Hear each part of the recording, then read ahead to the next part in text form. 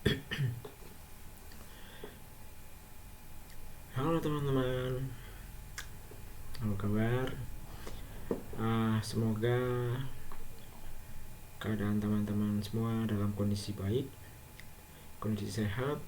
Sekalipun kemarin itu ya, minggu kemarin itu teman-teman baru saja bekerja keras untuk menyelesaikan soal UTS untuk pemrograman website. Sampai hari Minggu saya cek cukup banyak yang sudah submit ya. Oke, terima kasih atas kerja keras dari teman-teman semua sehingga UTS-nya itu dapat berjalan dengan baik. Oke, sebelumnya saya buka dulu. Assalamualaikum warahmatullahi wabarakatuh. Selamat pagi, selamat siang, selamat sore, dan selamat malam. Salam sejahtera bagi kita semua. Video presentasi ini ya, saya buat untuk mengisi pertemuan yang ke-8. Pertemuan 8 ini nanti kita akan belajar tentang fundamental PHP. Sebelum UTS, yang kita pelajari adalah dari sisi front end. Jadi kita hanya belajar tentang HTML, JavaScript, dan CSS, di mana semua itu adalah istilahnya disebut sebagai front end, yaitu bagian depannya. Karena front end itu tentunya tidak dapat mengerjakan pekerjaan-pekerjaan dari sisi server. Nah, salah satunya adalah terkoneksi dengan database. Mungkin teman-teman bertanya, loh, front end tidak bisa terkoneksi dengan database, tapi kenapa bisa menampilkan data? Ya, contohnya kayak data quote kemarin itu. Ya, data quote itu adalah API. Jadi API itu dia dibentuknya dengan bahasa yang bekerja di sisi server, lalu ditampilkan dalam bentuk JSON. Nah, JSON-nya itulah yang digunakan oleh front end untuk menampilkan data. Nah, pada bagian ini nanti ya, setelah UTS ini teman-teman akan belajar sebuah bahasa, namanya, kalau bahasa Indonesianya disebutnya PHP. Kalau bahasa Inggrisnya biasanya PHP gitu ya. Nah, di sini saya akan sebut sebagai PHP saja karena kita menggunakan bahasa Indonesia. Oke, di PHP ini nanti teman-teman akan belajar penuh dalam pertemuan 8 sampai akhir, yaitu pertemuan berapa? Pertemuan 14 ya, sampai akhir. Sampai akhirnya nanti juga kita akan belajar tentang framework, yaitu framework untuk PHP. Dan apalagi ya? Ya itu sih, itu pengantar untuk nanti kita belajar tentang PHP. Nah, sebelum masuk ke materi, saya ingin mengulas sedikit hasil dari UTS yang kemarin. Sampai video ini dibuat, UTS masih belum saya nilai, tapi sudah saya ibarat sudah saya intip-intip sedikit gitu ya. Dan hasilnya bagi saya pribadi ya cukup memuaskan. Oke, sekarang coba saya akan masuk ke learning ya. Learning. Nah, saya akan lihat di pemrograman web untuk UTS-nya.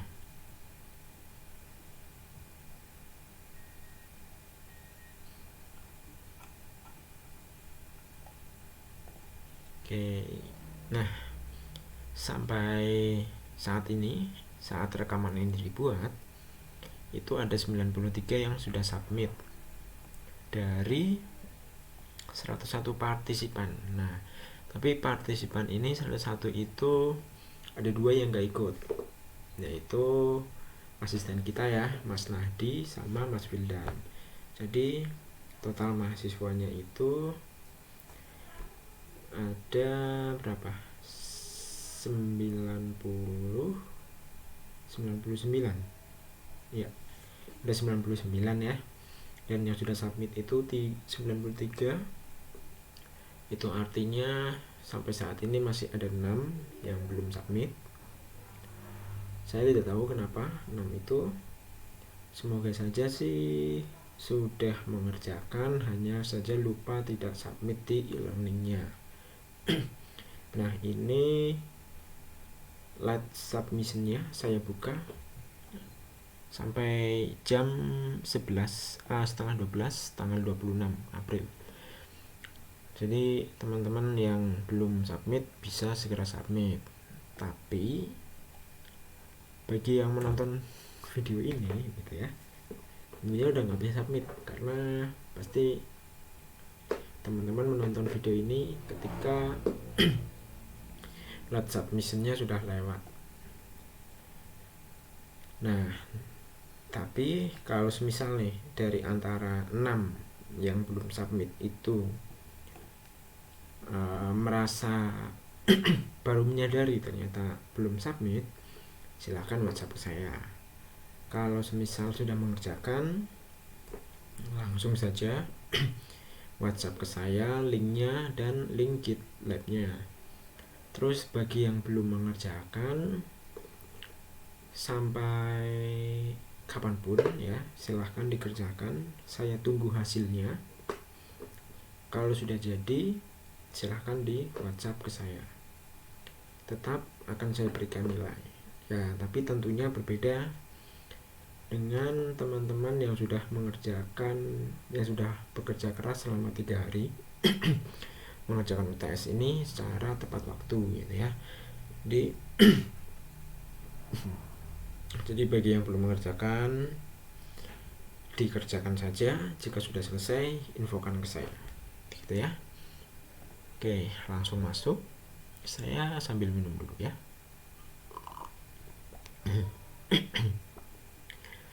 Oke, saya akan cek berapa ya? 5. Saya akan cek 5. Saya akan cek secara acak dengan scroll. Berhentinya di mana? Yuk. Oke, berhentinya di Rizky Ramadan. Oke. Saya cek yang pertama. Oke, wow, tampilannya menarik ya, punya Rizky Ramadan. Ini Rizky Ramadan itu ambil soal tentang animal. Coba ada apa aja? Oke, ini untuk menambahkan new animal, my animal, sama all animal. Oke, mantap nih. Di Rizky Ramadan ini tampilannya benar-benar fresh ya, dibandingkan dengan template yang kita pakai selama pertemuan 6 dan 7. Coba view-nya diklik kah? Di mana kalau ingin view? Oke. Ada detailnya ya. Oke, mantap sekali.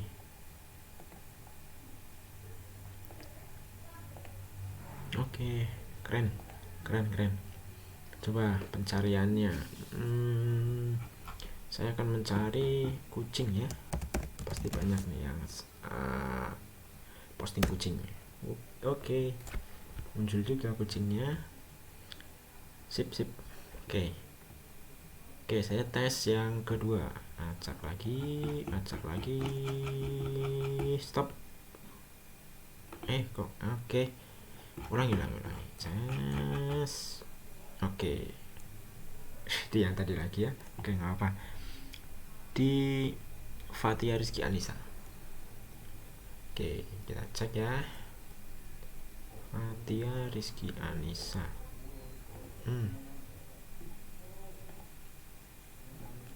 Kelas C. Oke, Fatia masih menggunakan template pertemuan 6 dan 7. Oke, nggak apa-apa.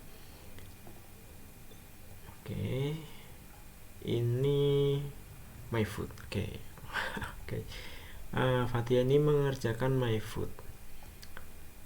Semoga dalam mengerjakannya Fatia diberi ketabahan ya, karena pastinya lagi puasa-puasa mengerjakan tugas UAS yang isinya itu makanan itu pasti sangat menggoda sekali. Waduh, ini ada rendang, ada gudeg, ini sotonya, ini apa nih, soto Makassar. Masa sih soto Makassar? Kok kayak soto Banyumas nih? Ada kupatnya. Oke, ini harusnya soto Banyumas ini. Mantap. Oke, ada gado-gado gudeg. Oke. Saya pun sedikit tergoda ya. Oke, lanjut. Tujuannya adalah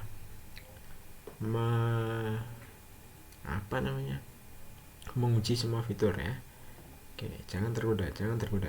Oke, ini menunya. Oke, saya akan cek di cari makanannya.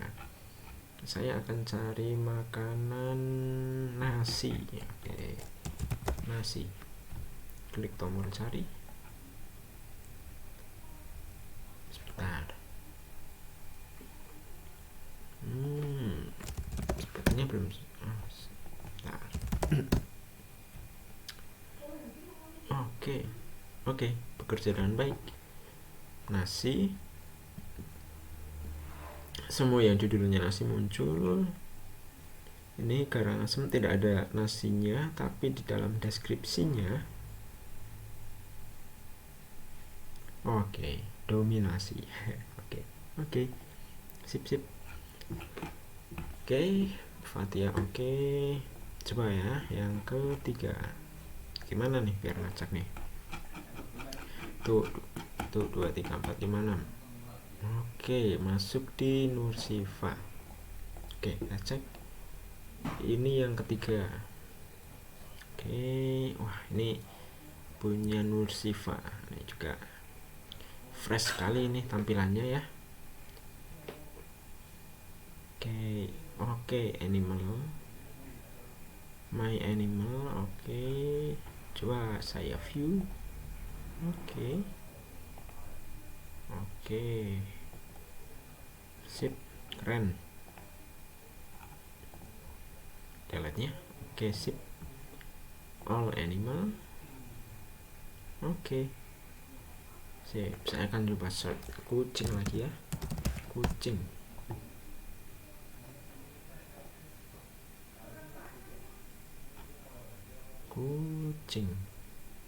Kenapa muncul kucing?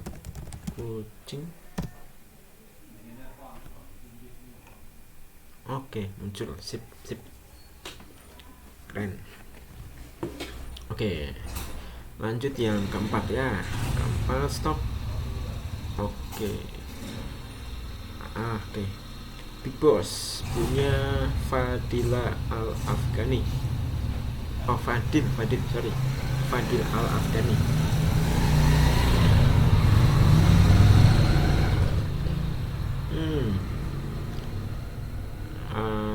Animal lagi ya. Oke. Sudah berapa animal? Sudah 3. Oke. Punya Fadil. Oke, tampilannya fresh juga. Oke. Ini my animalnya. Ini profilnya. Oke, sip. Keren hasilnya. Oke. Coba saya tes pencarian.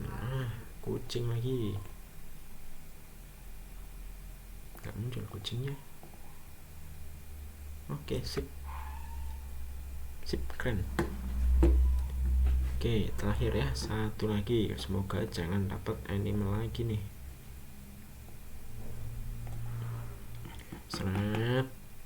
Siapa nih? Oke, Setiana. Wah, ini juga keren.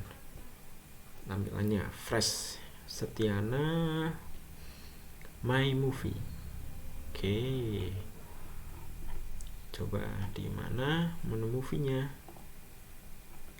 Oke, ini My Movie, view. Oke, image-nya masih belum bekerja.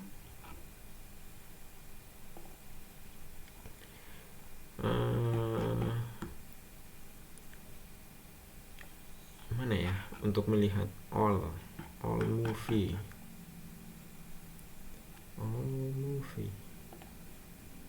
kontak.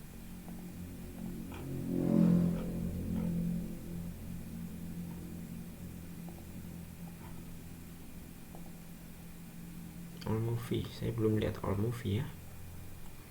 Oke, saya tes di pencariannya Dragon. Oke, tombolnya juga masih belum work ya. Oke, nggak apa-apa. Oke, coba saya tes responsifnya. Keren. Hanya saja mungkin ada beberapa hal yang masih belum bekerja. Oke, sip. Dari 5 yang saya tes, semuanya keren semua, bagus semua. Oke.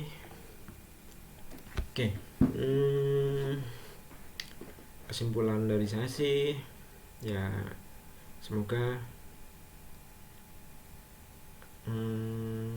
pengalaman ini atau bahkan dari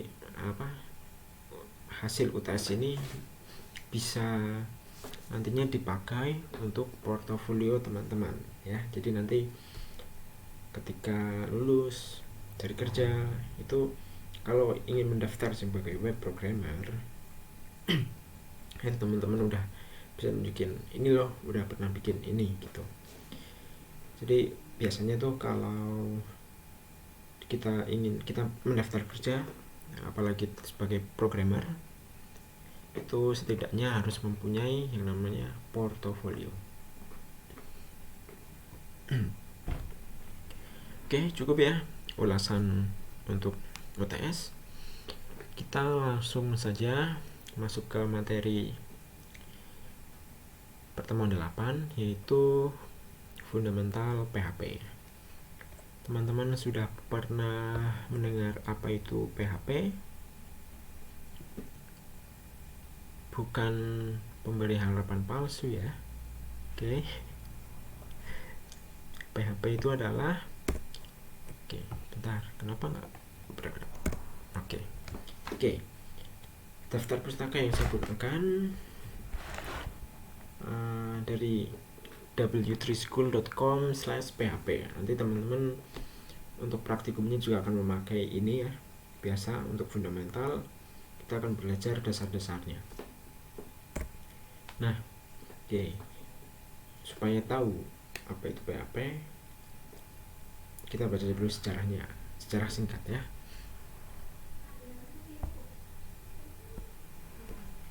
Jadi PHP itu pertama kali dibuat oleh Rasmus Ledorf pada tahun 95.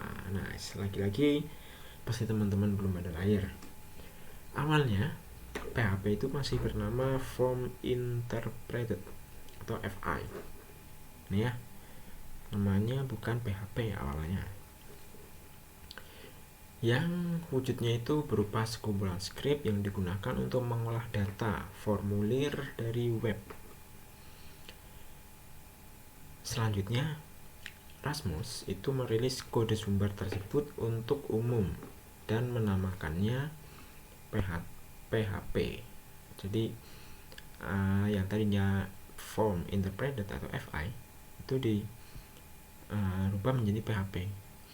PHP itu awalnya adalah kependekan dari personal homepage atau situs personal gitu ya. PHP, personal homepage. Pada November 97 lalu mulai dirilis PHP yang versi kedua. Pada rilis ini interpreter PHP sudah diimplementasikan dalam program C. Jadi PHP itu bisa dibilang saat ini adalah keturunan dari bahasa C. Jadi kalau teman-teman yang belajar object oriented programming dalam bahasa C, kalau digunakan untuk PHP itu mirip-mirip ya. Lalu dalam rilis ini itu disertakan juga sebuah modul-modul ekstensi yang meningkatkan kemampuan PHP secara signifikan. Oke. Selanjutnya pada tahun 97 itu sebuah perusahaan bernama Zen menulis ulang interpreter PHP menjadi lebih bersih, lebih baik, dan lebih cepat.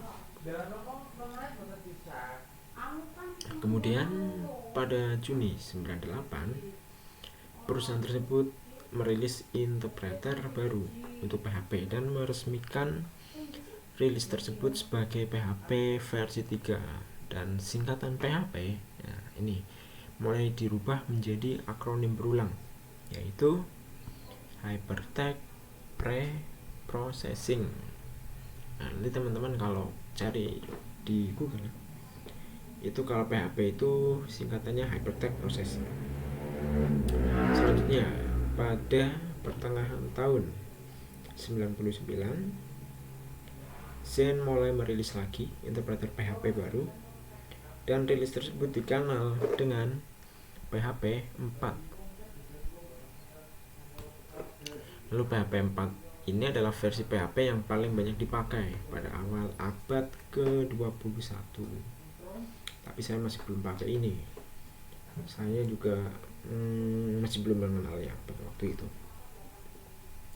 Lalu versi ini banyak dipakai disebabkan kemampuan untuk membangun aplikasi web kompleks tetapi tetap memiliki kecepatan stabil yang tinggi. Lalu pada tahun 2004 Zen merilis lagi, yaitu PHP versi 5. Nah, ini lah yang pertama kali saya mengenal PHP, itu saya menggunakan yang di versi 5-nya. Dalam versi ini inti dari interpreter PHP mengalami perubahan besar. Versi ini juga memasukkan model pemrograman berorientasi objek ke dalam PHP untuk menjawab perkembangan bahasa pemrograman ke arah paradigma yang berorientasi objek. Pladen ya. Teman-teman tahu apa itu Pladen? Coba yuk kita searching di apa namanya? Translate Pladen. Oke. Pladen artinya server ternyata. Jadi nggak semua bahasa Inggris kalau di Indonesia kan itu enak gitu ya, malah kita biasanya itu lebih enak menyebutnya sebagai server daripada harus diterjemahkan.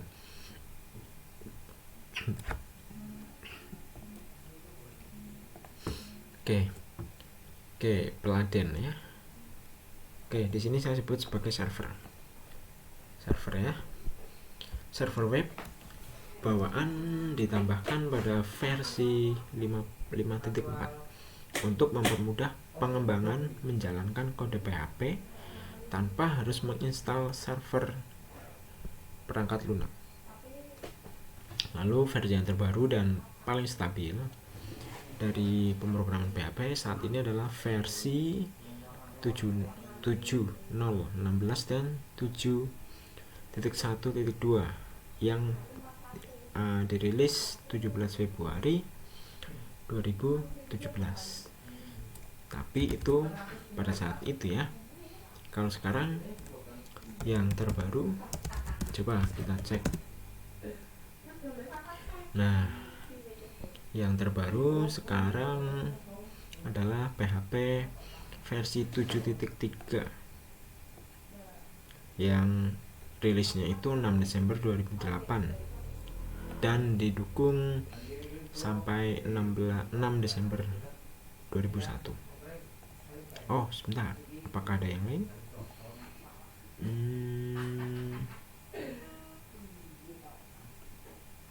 Oke,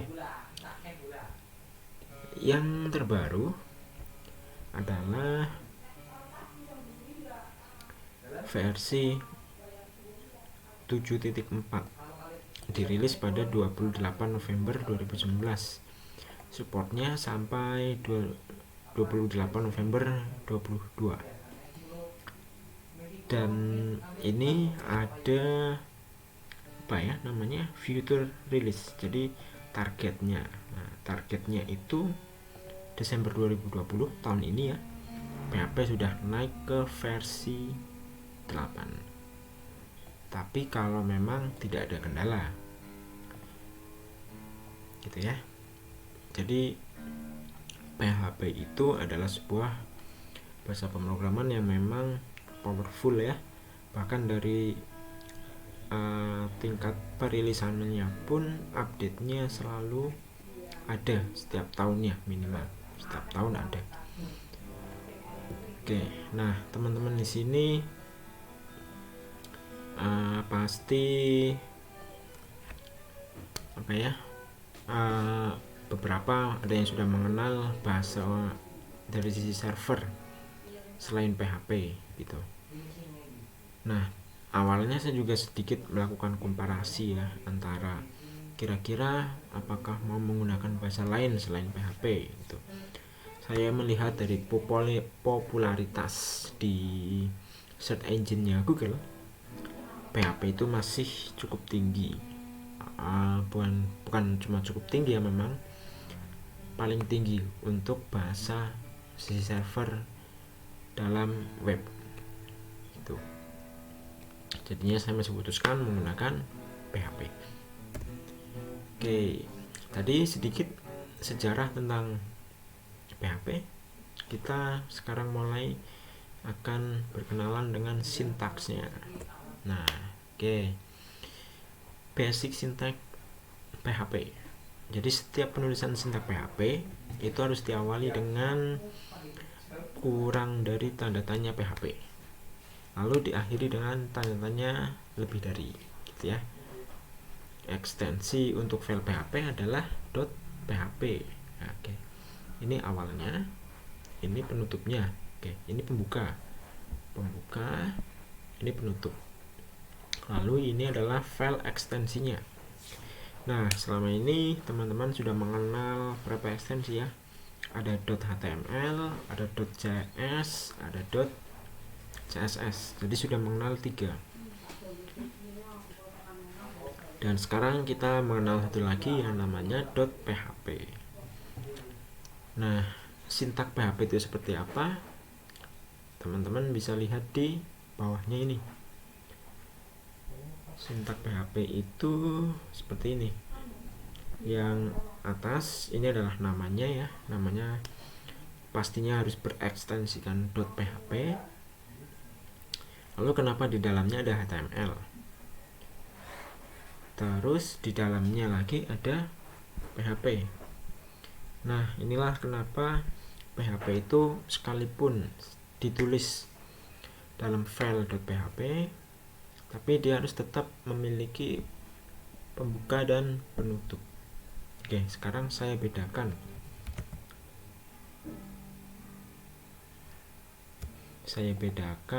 Jika dengan bahasa JavaScript atau CSS.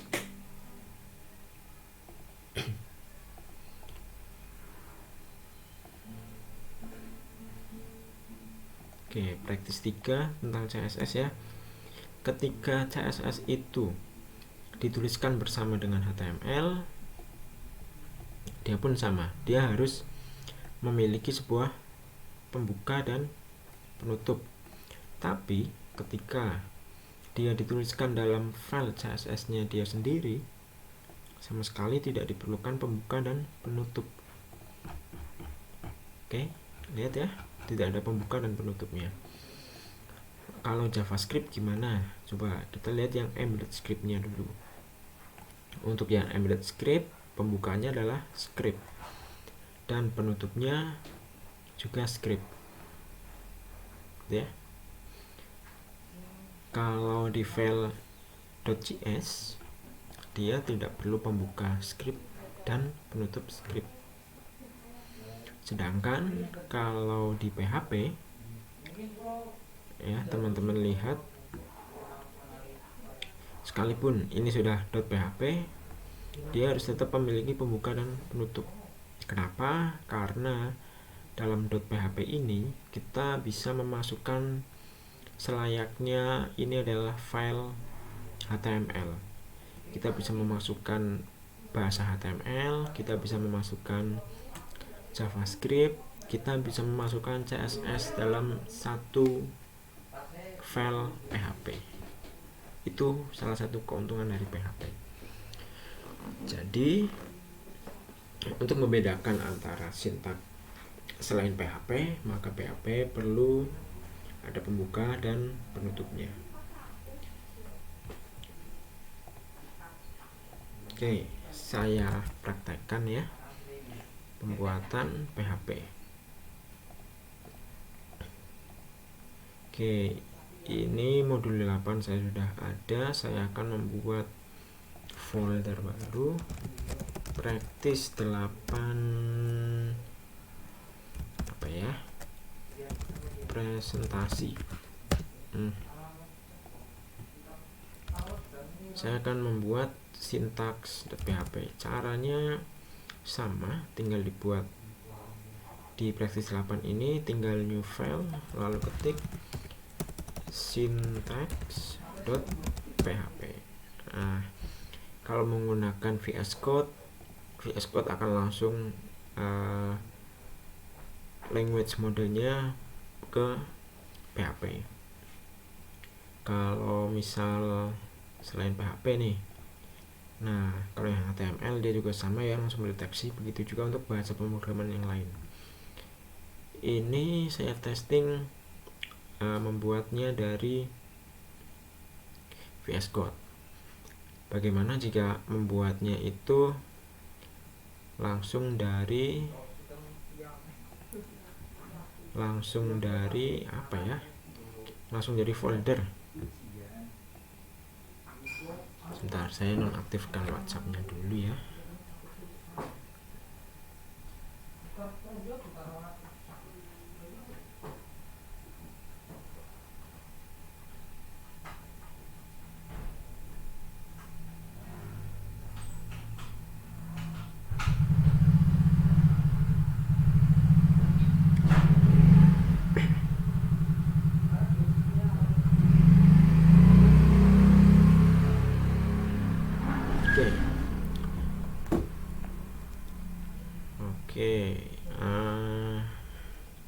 Oke, saya masuk dulu ke folder sum, lalu masuk ke project ini. Oke. Nah, kalau langsung dari folder, tinggal diklik kanan saja, new file, misalnya syntax2.php. Nah, sama ya caranya, seperti ini, sama. Oke, karena nggak dipakai, saya hapus saja, delete. Oke. Nah, sekarang di syntax.php nya akan saya isikan kode. Oke.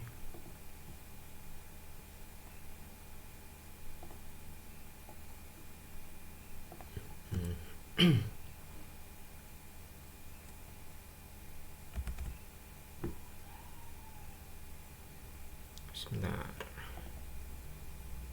Mana? Oke. Jadi pertama kita harus mengetikkan HTML dulu. HTML.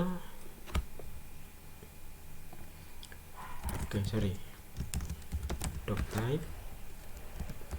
Nah, di sini kalau kita sudah menggunakan ekstensi PHP,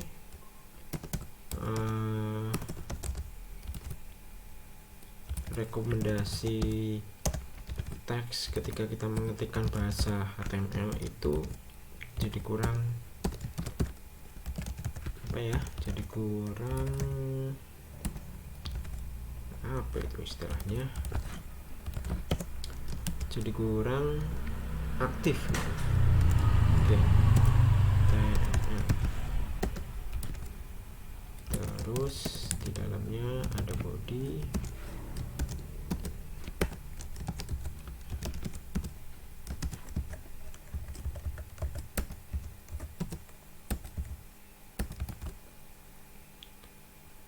H1. Biar nggak terlalu panjang, saya isi asal saja ya. Ini testing. Nah, di bawahnya baru saya ketikkan sintak PHP. Echo, halo selamat, bukan, biasanya halo saya PHP. Oke, simpan. Nah, satu hal yang paling penting ketika akan mengeksekusi PHP itu kita harus menjalankan melalui localhost. Apa tadi namanya? Presentasi. Kita harus menjalankan melalui localhost. Kalau tidak menjalankan localhost, itu nggak akan jalan. Contohnya misal gini, beberapa teman-teman ada yang mengeksekusi file PHP itu langsung di klik ya, misal langsung di open with Chrome. Nah, Chrome. Nah, nggak ada. Misal gini, langsung dibuka. Oke, kalau HTML itu nggak masalah. Misal nih, ini HTML saya drag, nggak masalah, dia bisa. Tapi kalau file PHP, dia munculnya gini, teks stringnya yang muncul. Oke, harusnya benar-benar menggunakan localhost, menggunakan sum, pastikan apache-nya sudah aktif ya. Apache sudah aktif, lalu baru masuk ke localhost-nya. Nah, sekarang sintaks saya klik. Oke, seperti ini ya hasilnya. Coba seandainya tidak menggunakan pembuka dan penutup, saya akan hapus. Saya juga akan hapus, simpan, saya refresh. Oke, modelnya gini ya, ada echo-nya, ada petiknya, jadi benar-benar dieksekusi selayaknya string. Sedangkan kalau menggunakan pembuka penutup PHP, dia akan dieksekusi dalam bahasa PHP. Echo adalah salah satu fungsi yang dimiliki oleh PHP untuk menampilkan suatu data dalam bentuk teks, gitu ya. Oke, lanjut lagi. Nah, ini pada penggalan kode di atas kita melihat bahwa ini seperti yang saya jelaskan tadi ya, bahwa kalau sebuah kode PHP itu tidak memiliki pembuka dan penutup, maka dia akan dieksekusi sebagai kode HTML. Sedangkan kode yang memiliki tag PHP akan dieksekusi sebagai kode PHP. Nah, hasilnya seperti di bawah ini. Oke. Lanjut ya. Di PHP juga memiliki sebuah komentar. Belum. Bentar. Sebelum masuk ke komentar, ini ya, yang ini dulu. Jadi sintak PHP itu harus selalu diakhiri dengan semikolon atau titik koma. Apa jadinya jika titik koma itu tidak digunakan? Nah, ini ya. Ini saya menggunakan titik koma. Kalau titik komanya dihapus, saya refresh. nggak ada masalah gitu. Tapi seandainya di bawahnya itu ada kode yang lain, si PHP itu dia tidak dapat mengidentifikasi karena dia mengenalnya menggunakan semikolon, bukan menggunakan enter. Nah, di sini kan VS Code langsung memberikan tanda merah karena sintak di atasnya masih belum beres. Nah, kalau di running hasilnya error. Jadi ini harus ada penutupnya dulu supaya si PHP itu tahu bahwa dua kode ini tidak saling berhubungan. Seandainya satu baris seperti ini pun tidak masalah. Yang penting ada semikolonnya, gitu ya.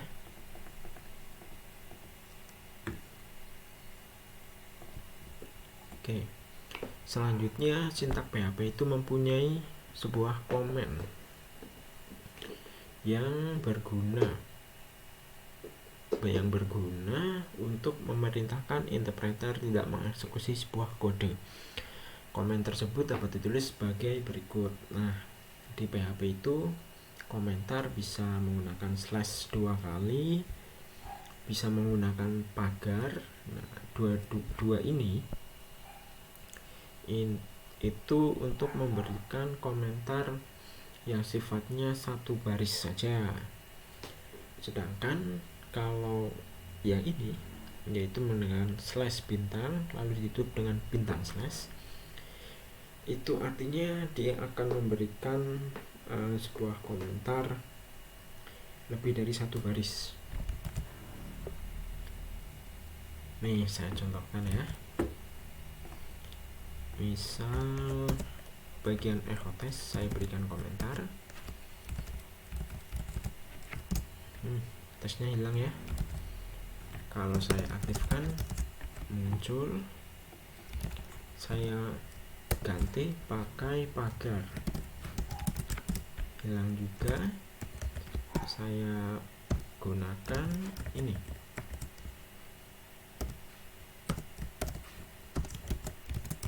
hilang juga. Nah, kalau yang menggunakan slash bintang itu, kalau kita akan membuat sebuah komentar yang banyak, itu tidak perlu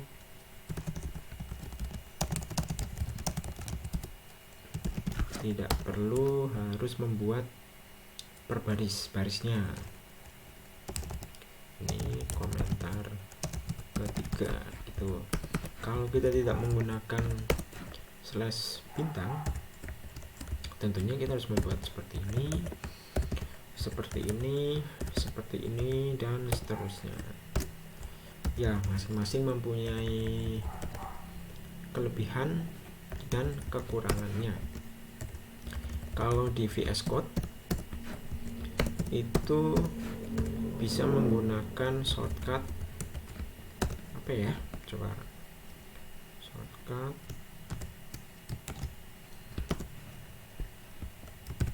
Oke, shortcutnya adalah ini. Misal saya komen,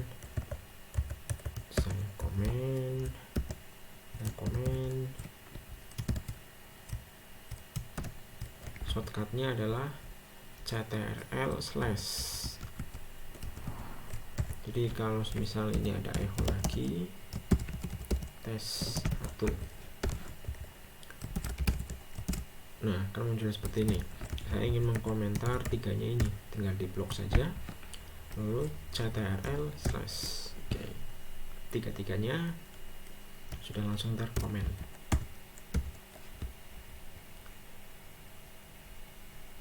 Selanjutnya next. Nah, PHP juga memiliki variabel sama seperti bahasa pemrograman yang lain. Variabel di PHP memiliki standar penulisan sebagai berikut. Yang pertama, dia harus diawali dengan karakter $, lalu diikuti nama variabelnya. Lalu yang kedua harus menggunakan huruf atau underscore. Huruf depannya ya, jadi setelah dolar, huruf depannya karakter ya, karakter di depannya itu harus huruf atau underscore, tidak bisa diwakili dengan angka untuk depannya, tapi nanti setelah ke belakang digunakan angka itu tidak masalah. Penamaan variabel hanya mengandung karakter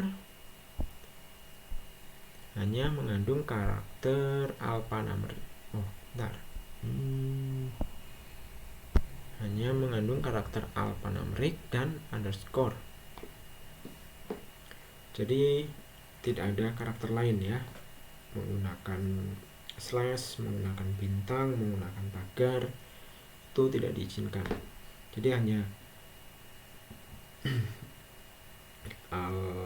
alfabet, numeric, dan underscore. Spasi tidak dibolehkan ya, jadi nanti spasi digantikan dengan underscore.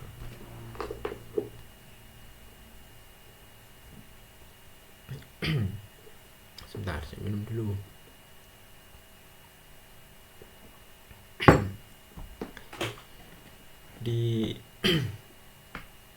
Di PHP tidak memerlukan penulisan tipe data. Jadi mau itu tipe datanya integer atau float atau integer, float, string, boolean dan sebagainya, itu tidak perlu dituliskan di depannya tipe datanya, cukup langsung dituliskan nama variabelnya saja. Nanti PHP secara otomatis akan melihat jika memang dia, misal ini ya, jika dia isinya adalah angka 5, ya udah berarti dia tipe datanya adalah integer. Jika isinya adalah 10,5, otomatis dia float. Jika isinya itu adalah ada petiknya, maka string gitu ya. Nah, ini contohnya ya, yang di bawah ini. Ini contoh penulisan variabel di PHP. Nah, PHP itu ada echo dan ada print.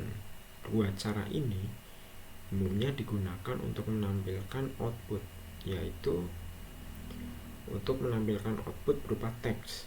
Jadi di PHP itu ada dua cara, bisa menggunakan echo dan bisa menggunakan print. Keduanya kurang lebih sama, yaitu menampilkan output pada layar. Secara kecepatan, penggunaan echo itu lebih cepat dibandingkan dengan penggunaan print.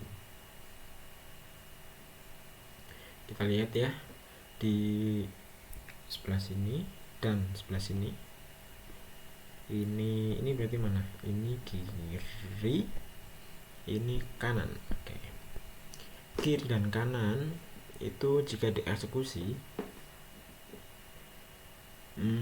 beda sih isinya ya. Oke.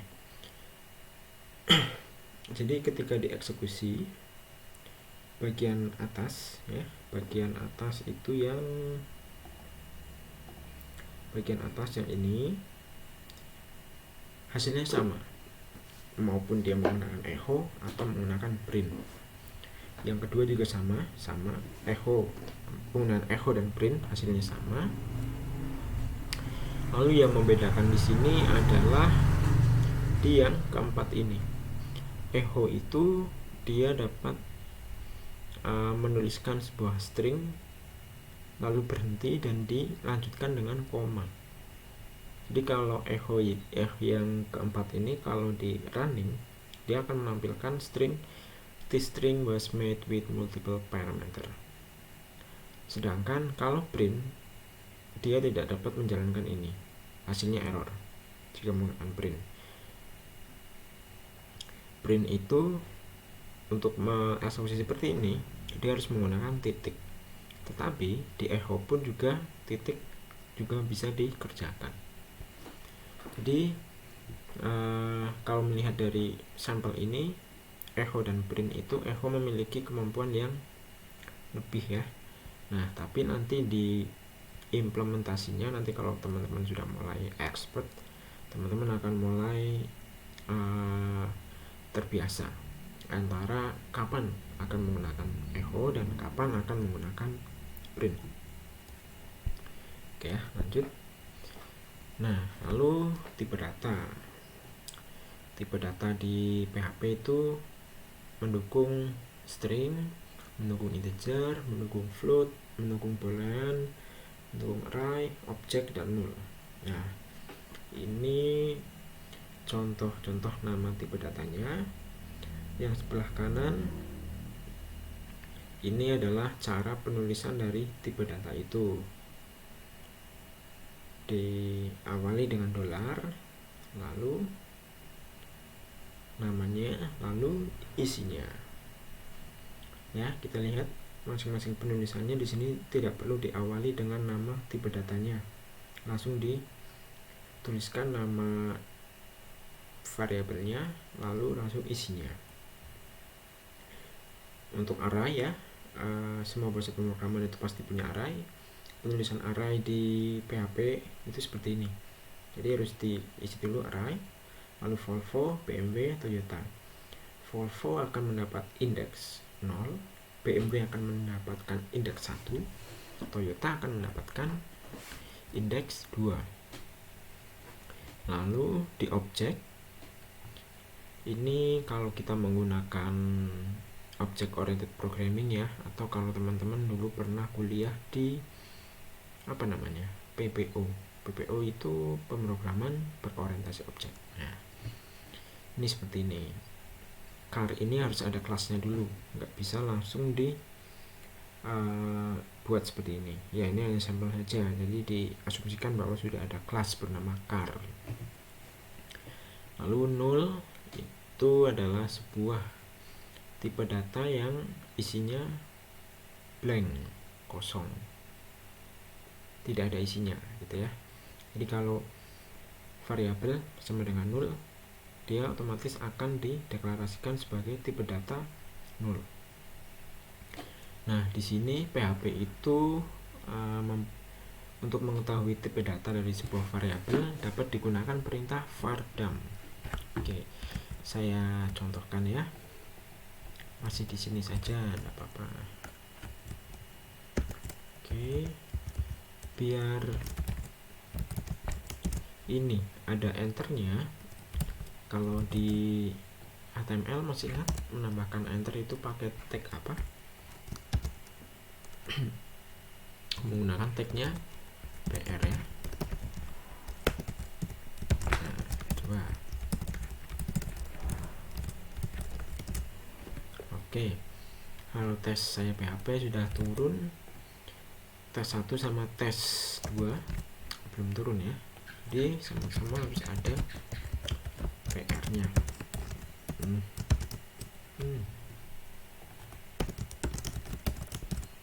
Oke.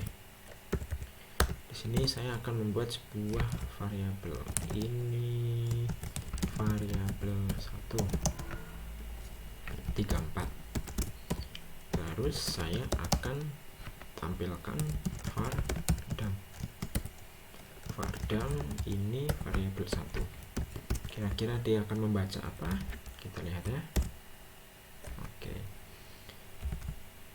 Ini variabel 1 mempunyai value 34. 34 tipe datanya adalah integer. 34 ini saya ganti menjadi 34,8.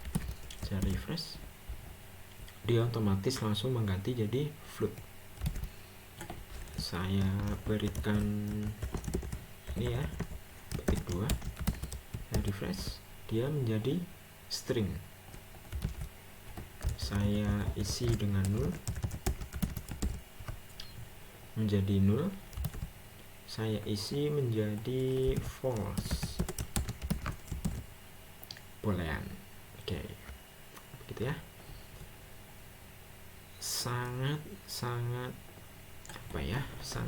simple, sangat sederhana, dan sangat cepat sekali dalam prosesnya. Nah, selanjutnya PHP string. Jadi PHP string ini adalah salah satu fungsi yang digunakan untuk mengolah sebuah string di dalam bahasa pemrograman PHP. Jadi yang umum digunakan itu ada strlen, strwordCount, strref, strpost, sama strreplace. Masing-masing kegunaannya teman-teman bisa lihat di sebelah kanan. Nah, ini. Jadi strlen itu untuk menghitung jumlah karakter, strwordCount itu untuk menghitung sebuah jumlah kata, strref untuk membalikan string, strpost untuk mencari posisi dari sebuah string, strreplace untuk mengganti string dengan string yang lain. Nah, contohnya di bawah ini. Jadi ketika echo strlen hello world, maka outputnya 12. Kenapa 12? strlen digunakan untuk menghitung jumlah karakter, ya, untuk menghitung jumlah karakter. Coba kita hitung. Gimana cara membesar? Oke, 1, 2, 3, 4, 5. Spasinya dihitung ya.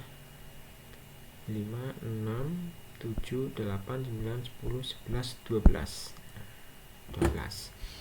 Oke, kita tes ya. Hello world.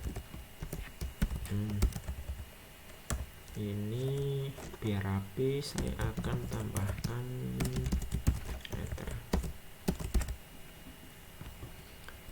Tadi menggunakan, saya akan echo lagi str. Nah, ini banyak sekali ya kalau menggunakan VS Code. Kita sudah diberi referensi banyak. Tadi strlen. Saya akan menghitung jumlah karakter yang ada di variabel ini, variabel 1. Kita refresh. 12 ya. Terus coba kita fungsi yang lain, word count ya, str word count 2. Ada 2 kata, hello dan word. Nah, nanti silahkan yang lain teman-teman tes sendiri ya.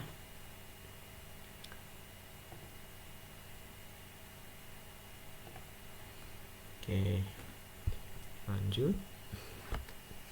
Nah, sama ya seperti bahasa pemrograman pada umumnya, if else, else if itu pasti ada.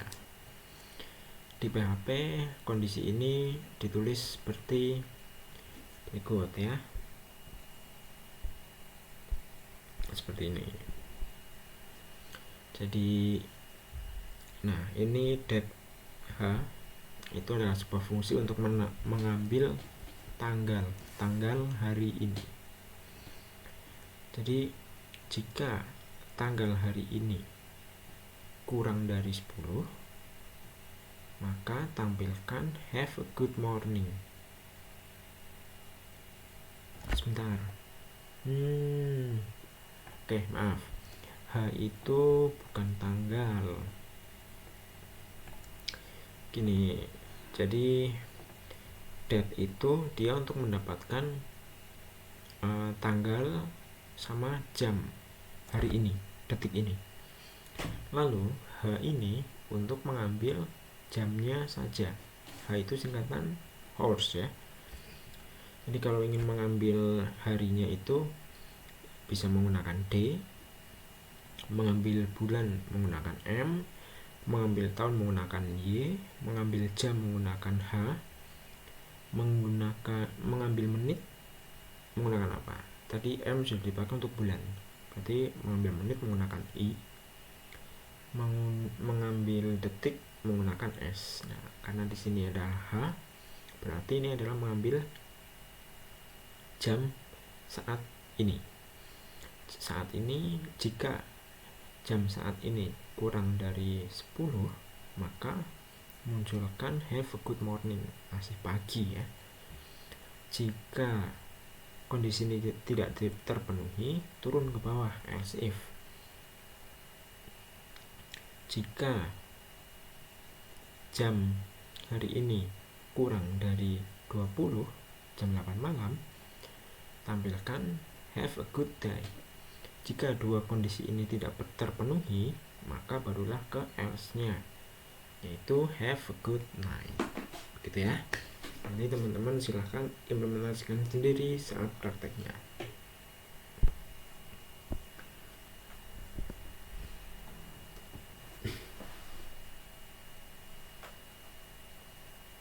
Selanjutnya PHP switch statement.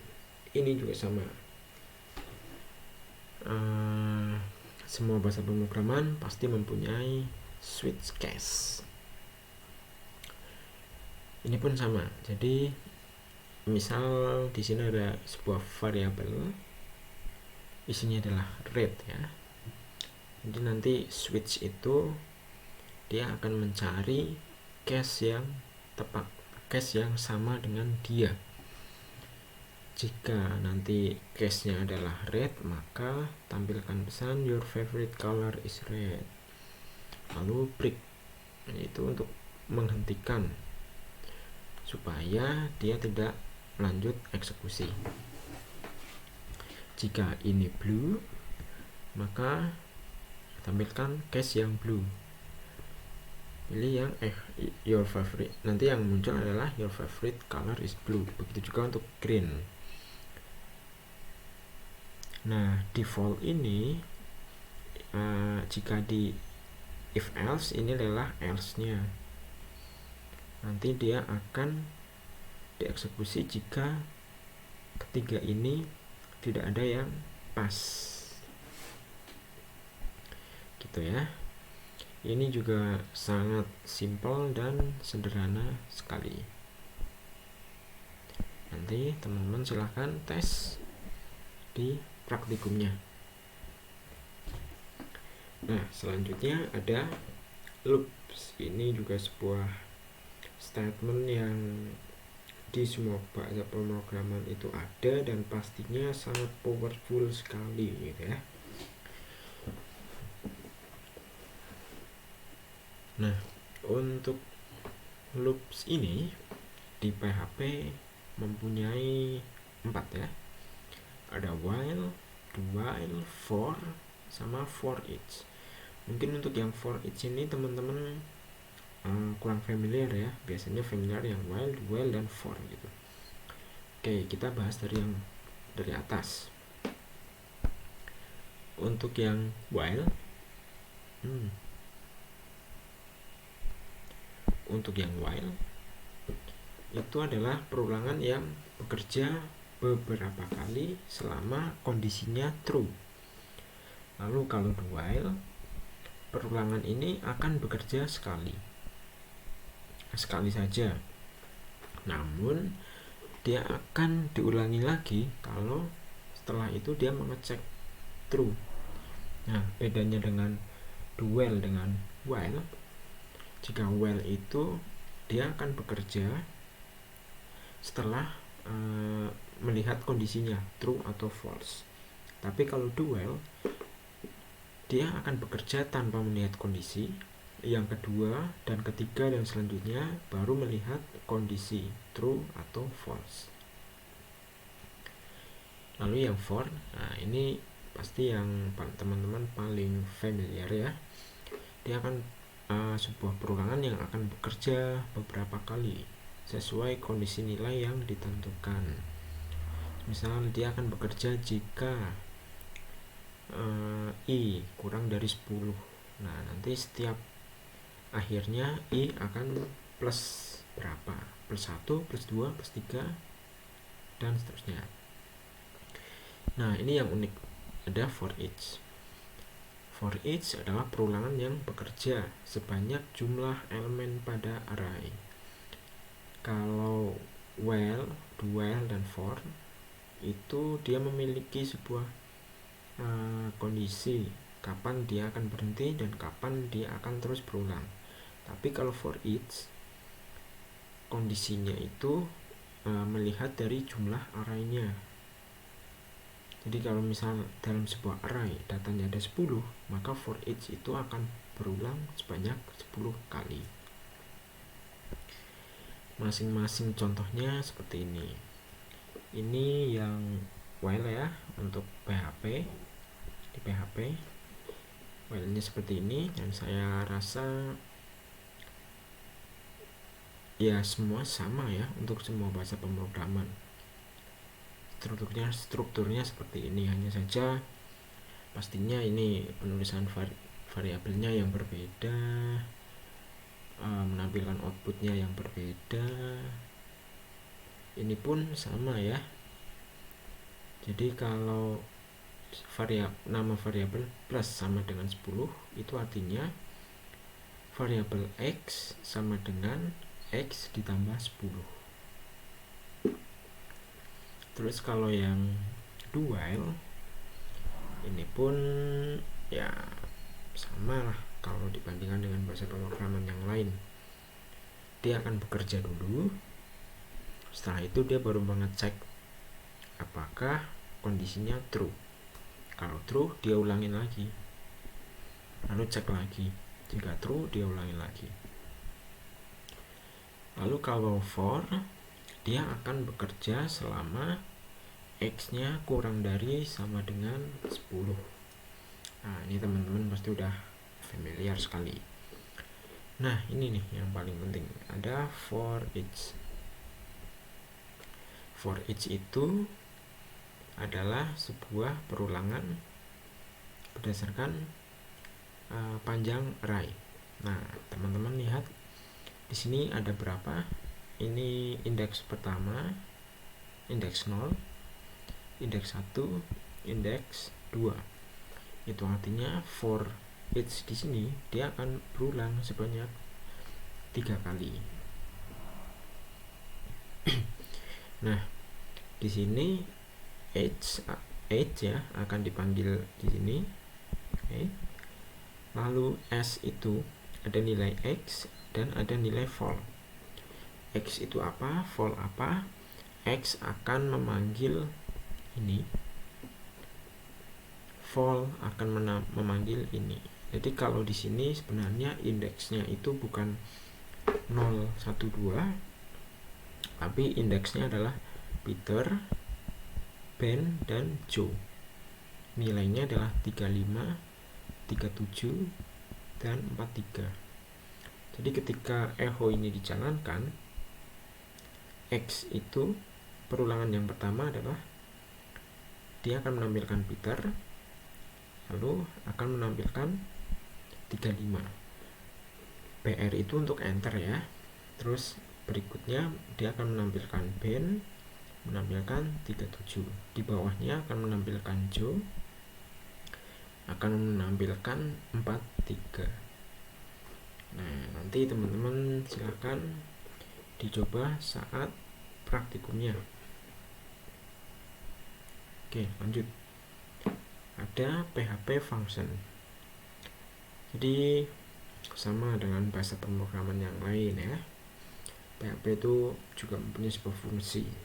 Fungsi PHP itu secara default itu dapat ada banyak sekali yang dapat dipanggil kapanpun untuk meringankan pekerjaan seorang programmer. Fungsi-fungsi ada apa aja di dalam PHP itu teman-teman bisa cek di link ini. Nah, teman-teman bisa cek di link itu untuk melihat ada fungsi-fungsi apa saja yang sudah disediakan secara default.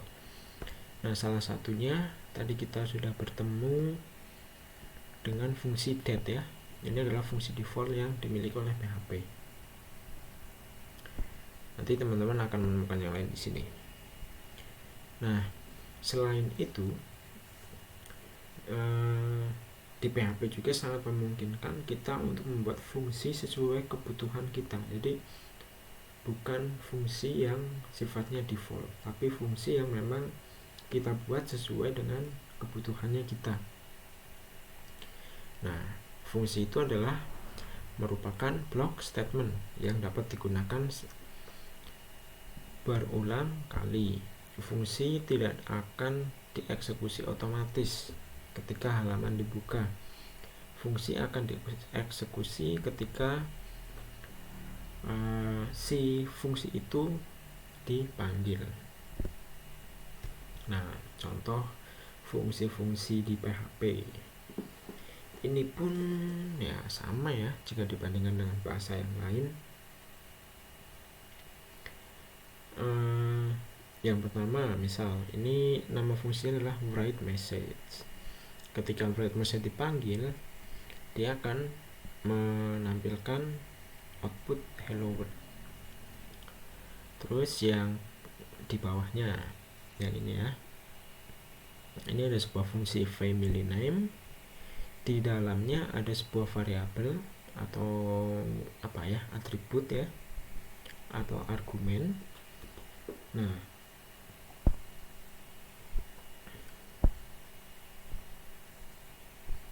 Nah, ketika fungsi ini nanti dieksekusi, ini ya, jadi variabel yang ada di dalam ini wajib diisi dengan apa saja. Kalau melihat dari fungsi ini, karena ini adalah fungsi family name, maka bagian ini diisi dengan nama orang.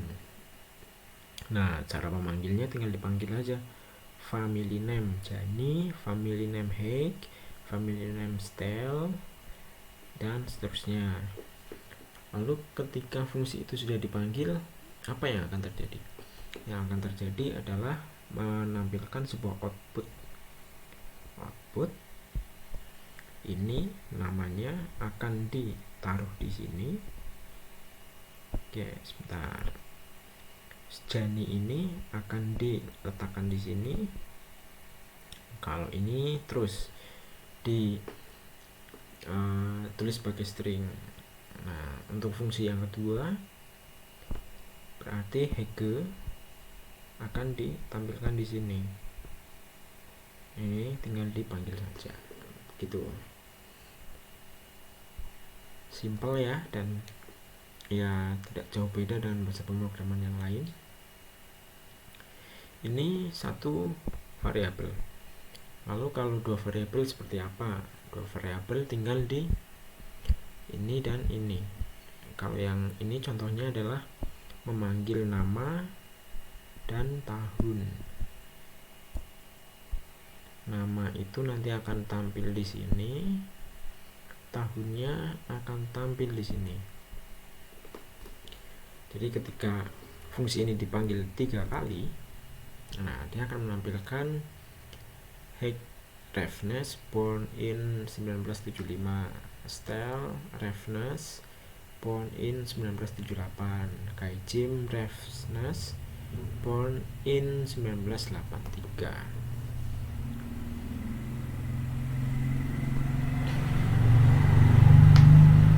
Oke, simple sekali. Nah, lalu fungsi yang keempat ini adalah sebuah fungsi fungsi penjumlahan ya, sebuah fungsi penjumlahan. Cara pakainya tinggal langsung panggil, karena nama fungsinya adalah sum. Di dalamnya nanti kita akan memasukkan nilai x, akan memasukkan nilai y. Lalu ketika fungsi itu dieksekusi, dia akan membuat sebuah variabel z. Di dalamnya x ditambah y. Lalu di sini akan menampilkan return. Nah, di sini teman-teman lihat ya bedanya. Ada yang menggunakan echo. Nah, kalau ini menggunakan return. Bedanya apa? Nah, kita lihat di sini juga. Di sini ketika sebuah fungsi memiliki echo, maka ketika fungsi itu dipanggil, hanya langsung panggil nama fungsinya. Tetapi ketika dia tidak memiliki echo, maka kita harus memanggil echo dulu, baru nilainya nanti bisa tampil di layar. Jika kita hanya menggunakan semacam ini, fungsinya sudah tereksekusi, benar, sudah tereksekusi, tapi hasilnya tidak ditampilkan di layar. Itu ya. Detailnya silahkan teman-teman coba saat praktikum. Nah, selanjutnya array. Ini adalah suatu variabel yang sangat powerful, jadi sangat berguna sekali. Jadi array itu adalah sebuah kumpulan nilai pada satu variabel. Jadi satu variabel memiliki banyak nilai. Intinya seperti itu. Kalau di PHP penggunaannya sebagai berikut. Ini ada array, diisi Volvo, diisi BMW, diisi Toyota. Terus gimana cara memanggilnya nanti? Nah, apapun itu kita harus memanggilnya dengan echo. Kalau kita langsung mengetikkan ini, dia sudah terpanggil, tapi dia tidak akan tampil di layar. Nah, ketika echo dipanggil, di dalamnya kita akan memanggil cars ya. Kenapa cars? Karena di sini nama variabelnya cars.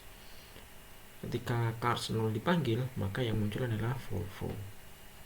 Ketika cars 1 yang dipanggil, yang muncul adalah BMW.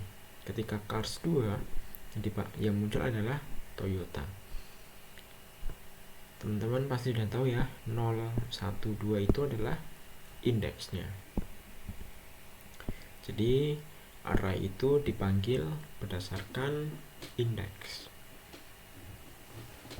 Dan memanggil indeks di array ya, teman-teman bisa lihat menggunakan kurung buka siku dan kurung tutup siku. Ini untuk array yang sifatnya satu dimensi. Terus selanjutnya yang kedua, ini ada array yang indeksnya kita bisa modifikasi.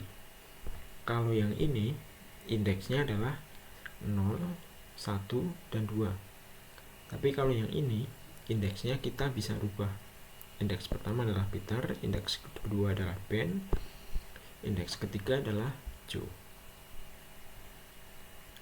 Nah, cara merubah indeksnya seperti ini ya. Ini lalu sama dengan lebih besar, baru ditulis value-nya atau nilainya. Jadi tulis indeksnya dulu, setelah ditulis value-nya. Jangan sampai terbalik. Nah, karena nama indeksnya sudah bukan 0 dan bukan 1 atau 2, maka pemanggilannya itu adalah dipanggil ya, H, dipanggil adalah nama indeksnya, bukan 0, 1, 2 atau seterusnya, tapi nama indeksnya. Karena nama indeksnya itu adalah string, maka memanggilnya harus dengan petik ya, harus dengan petik. Karena ini indeksnya berupa angka, maka tidak perlu petik. Oke, itu. Terus di bawahnya ada lagi namanya array multidimensi. Gampangnya array multidimensi itu adalah array di dalam array. Di dalam array ada array lagi. Kalau kita lihat di sini, ini array. Di dalam array ya udah langsung nilainya gitu kan. Kalau yang multidimensi di dalam array, ini akan ada array baru lagi. Ini juga ada array baru lagi. Baru lagi. Berarti datanya tidak hanya satu, Nah, contohnya di bawah ini, cara penulisannya seperti ini ya. Hilang. Ini cara penulisannya seperti ini. Jadi awalnya sama ya, menulis array dulu, ketika kurung buka baru ditulis array lagi. Jadi arraynya dimasukkan di dalam sini, isinya bebas, bisa 1, 2, 3. Nah, ini 3 semua ya isinya ya. Nah, jadi di dalam array ada array baru lagi. Lalu cara memanggilnya gimana? Nah, cara memanggilnya ya udah sama seperti ini. Pertama panggil yang 0, maka dia akan manggil ke sini. Lalu kita panggil lagi 0. Nah, berarti indeksnya adalah 0 dan 0, array 0 dan 0. Berarti 0 yang pertama adalah ini, 0 yang kedua adalah ini, Volvo. Maka ini akan menampilkan Volvo. Begitu juga ini akan menampilkan BMW, ini akan menampilkan SAB, ini akan menampilkan Land Rover. Ini akan menampilkan 22, ini akan menampilkan 18, ini akan menampilkan 15, ini akan menampilkan 5. Intinya seperti itu ya teman-teman. Harusnya teman-teman melihat ini juga sudah familiar, karena konsep ini juga di semua bahasa pemrograman sama. Bahkan kalau di matematika itu ini adalah konsep metrik ya, konsep metrik, karena ya array dan metrik itu adalah sama. Oke, sampai sini penjelasan teori saya tentang fundamental PHP. Saya tidak bisa mencontohkan satu persatu karena memang cukup panjang ya untuk pengenalan ini. Oke, dari materi teori ini, jika teman-teman ada yang merasa bingung, boleh tanyakan ke saya, atau boleh juga tanyakan ke Mas Nahdi dan Mas Wildan, atau boleh juga didiskusikan di grup. Nah, selanjutnya saya akan membuka pada bagian praktikumnya.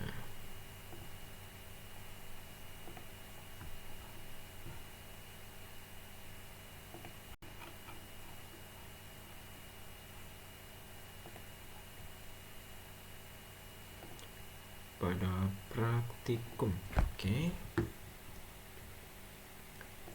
Nah, ini praktikumnya. Praktikumnya itu kita akan mengerjakan yang ada di dalam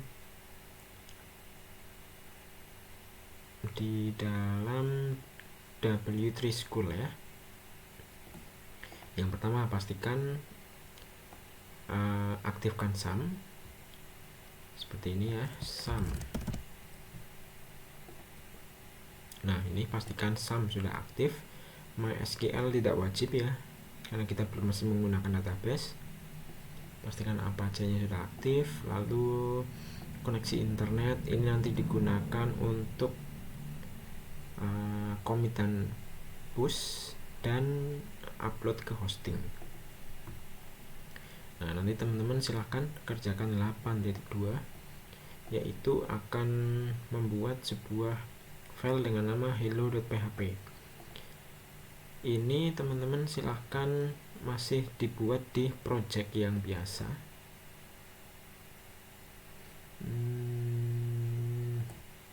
Nah, jadi buat project practice 8, lalu di dalam practice 8 buat sebuah file dengan nama hello.php. Isikan dengan kode ini, jalankan menggunakan localhost. Hasilnya nanti seperti ini. Oke, ini langkah membuat file PHP. Terus 83 teman-teman silahkan mengerjakan fundamental PHP. Dibuka alamat link ini, lalu di left barnya kerjakan 15 langkah pada PHP tutorial dari PHP sintaks sampai dengan PHP super global. Nah ini ya, mulai dari sini, dari yang sintaks sampai yang super global.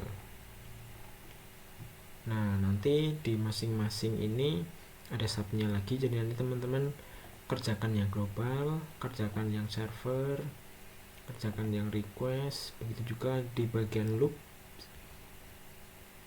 Sebentar, di bagian loops itu ada while dikerjakan, do while-nya dikerjakan, for loop-nya dikerjakan, for each-nya juga dikerjakan. Terus, nah di sini nanti ya harap diingat teman-teman harus mengerjakannya itu nanti file disimpan dengan format .php.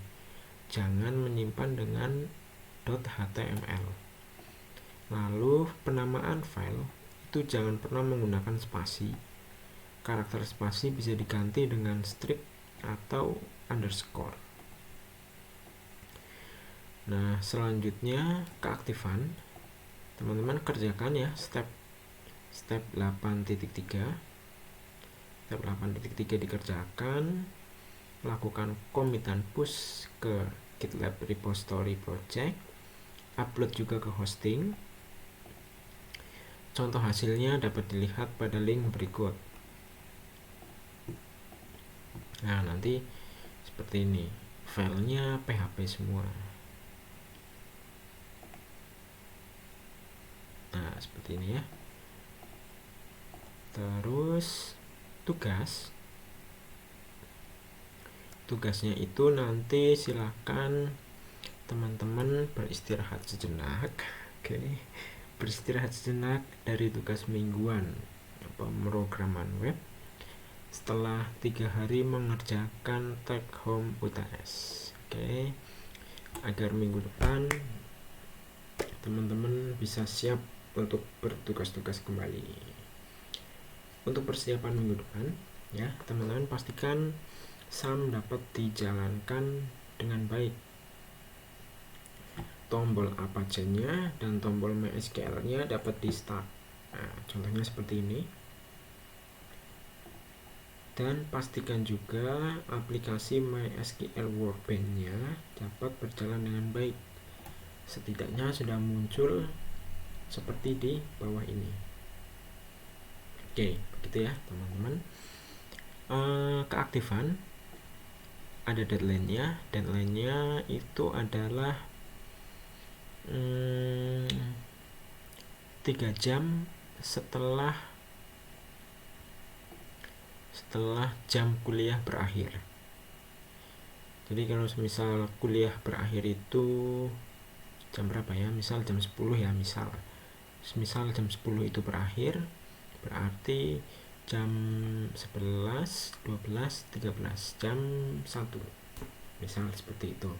Nah nanti lebih detailnya nanti akan saya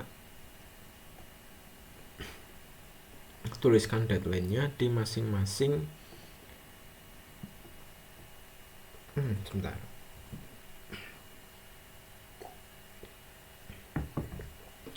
Jam deadline-nya akan saya tulis di masing-masing modul e-learning-nya. Jadi nanti teman-teman lihat di e-learning-nya untuk deadline keaktifannya. Oke, itu saja dari saya, dari penjelasan teori sampai ke penjelasan untuk praktikumnya. Nah, nanti jika dalam prosesnya teman-teman mengalami kesulitan, jangan sungkan-sungkan untuk tanya ke saya. Bisa juga tanya ke Mas Nahdi, bisa juga tanya ke Mas Wildan. Apa lagi ya? Oke, udah sih itu saja dari saya. Jika ada kekurangan atau ada kesalahan dalam penjelasan, saya mohon maaf. Dan apalagi ya, dan pesan saja sih bagi teman-teman semua, tetap jaga kesehatan, tetap di rumah saja, jangan kemana-mana. Jika ada kendala dalam mengikuti perkuliahan ini, terutama jika kendala di internet ya, silahkan komunikasikan dengan saya supaya saya juga dapat memberikan solusinya. Jadi jangan diam saja atau dibiarkan setiap tugas itu tidak dikerjakan, jangan seperti itu. Jadi setiap apapun masalahnya silahkan diinformasikan ke saya. Oke, itu saja dari saya. Sekali lagi, jika ada kesalahan baik sengaja atau tidak sengaja, saya mohon maaf. Sekian dari saya. Wassalamualaikum warahmatullahi wabarakatuh.